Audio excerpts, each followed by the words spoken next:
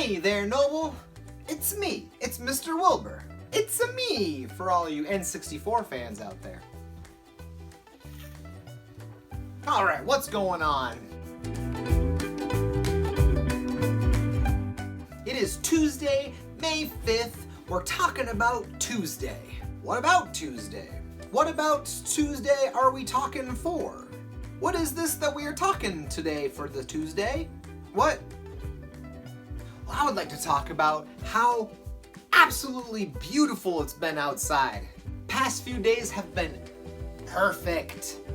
I hope you've taken the opportunity to get outside. I got an email from Will Paradis, good guy, great guy. He sent me one of my oft-requested skateboarding videos. He said, using the extra free time from quarantine to learn to skate again. Haven't done it since middle school, but I'm getting some old tricks down again.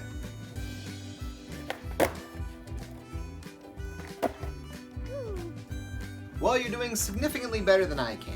I started skateboarding when I was 13 years old, got to that point where you can ollie most of the time, and then just never got better. So here I am, a man in my late 30s, and the extent of my skateboarding skills is I can ollie most of the time. And speaking of Talkin' Tuesday, apparently tonight at 7 p.m. on 207 News Center, Maine, they're going to be talking about these Noble High School morning announcements.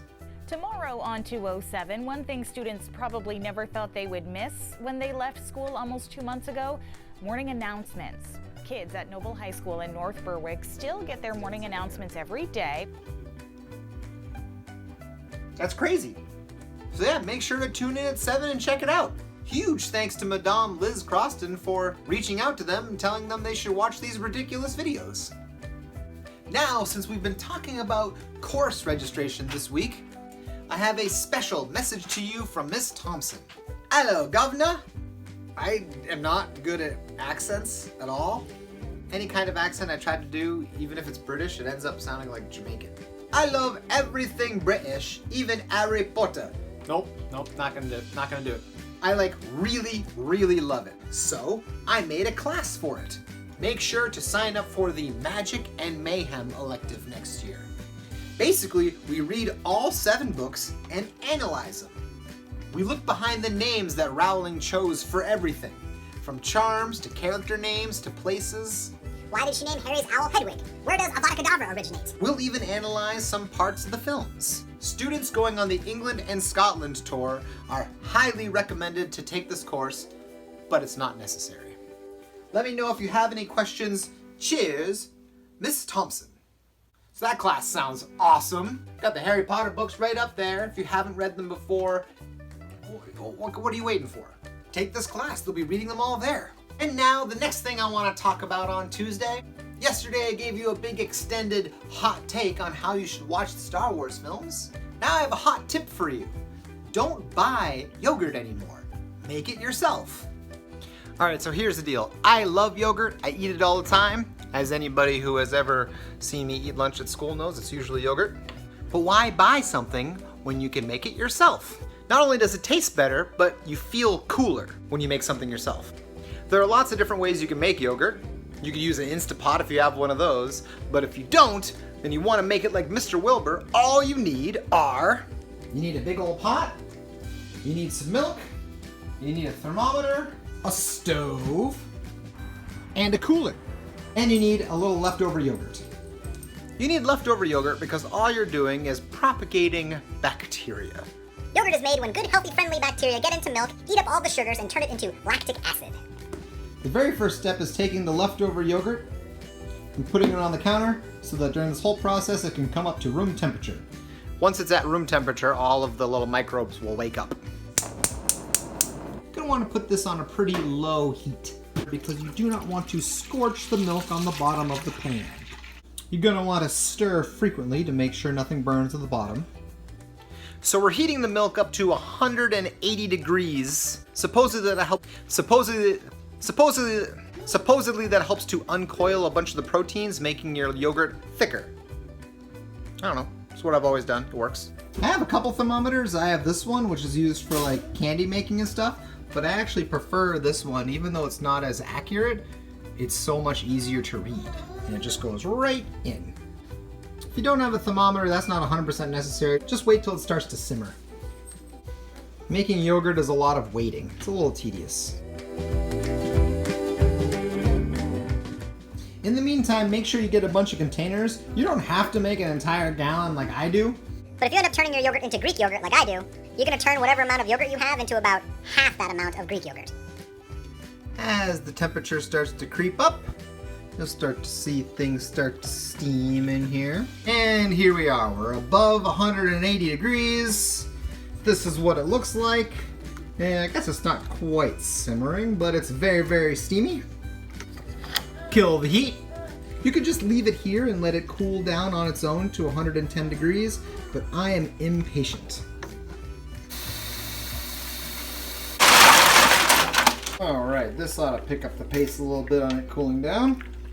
So yeah, just let the whole thing cool down till about 110 degrees. Anything over about 115, 120 degrees and the bacteria will die. But anything under like 90, anything under 90 degrees, bacteria won't come to life and start eating sugar. Now that the temperature is cooled to below 120 degrees, it's time to finally stir in our leftover yogurt.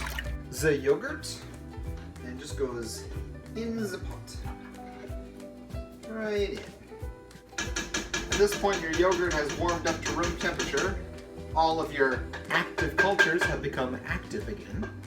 And now you get yourself a whisk and you whisk it all up. Make sure the yogurt is nice and dispersed. At this point, all your microbes should be nice and evenly distributed throughout all of the milk. And the whole thing should have a nice, mild, kind of cheesy smell. And now I have my 5 yogurt containers all washed out and ready to go.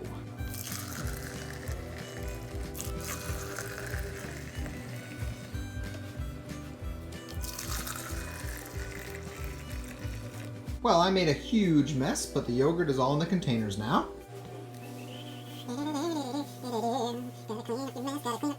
And now you put all of your freshly filled yogurt containers into your cooler. Evenly disperse them, but leave a little space so that you can pour in water. So they're gonna have to hang out for about 9 hours and it's gonna be nice and warm. You wanna keep it between the temperatures of 90 degrees and 115 degrees. Fill a juice pitcher up with some nice hot to warm water. Pour the water in.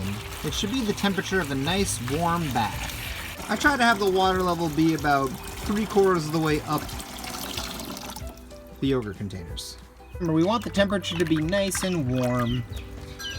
But I have one of these little probe thermometers here, so I can drop the probe right in.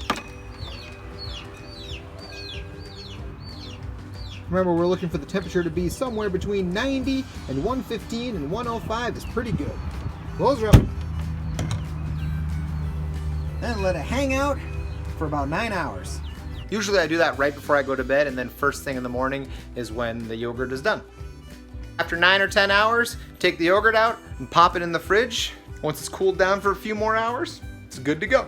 Tomorrow we'll check in on the yogurt and I'll show you the final results. And now let's move on to This Day in History, brought to you by Mrs. Perkins. On this day in 1891, Carnegie Hall, originally called Music Hall, had its official opening in New York City. And on this day in 1925, John Thomas Scopes, a teacher from Dayton, Tennessee, was arrested on the charge of teaching evolution in high school. That violated Tennessee's Butler Act, which prohibited the teaching of any theory that denied the story of the divine creation of man as taught in the Bible. And finally, in 1961, Alan B. Shepard Jr. became the first American in space. And now for our pet of the day. Today's staff pet of the day, thank you for sending them in, comes from Ms. Warner, or more specifically, her young friend, Amalia. In her email, she said, "Hi, Mr. Wilbur, this is Amalia.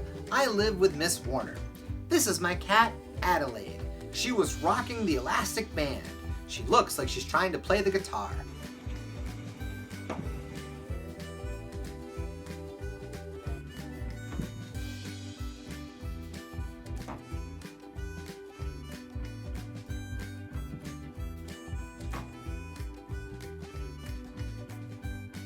Thank you so much for the video, Amalia. Adelaide is jamming. Next up, our student pet of the day goes to Robert Torno. This is Robert Torno's cat, Patches. And that does it for today's announcements. So at this point, please rise and join me in the Pledge of Allegiance. I pledge allegiance to the flag of the United States of America and to the republic for which it stands, one nation, under God, indivisible, with liberty and justice for all. All right, everybody, I'll talk to you tomorrow, and remember, stay noble knights.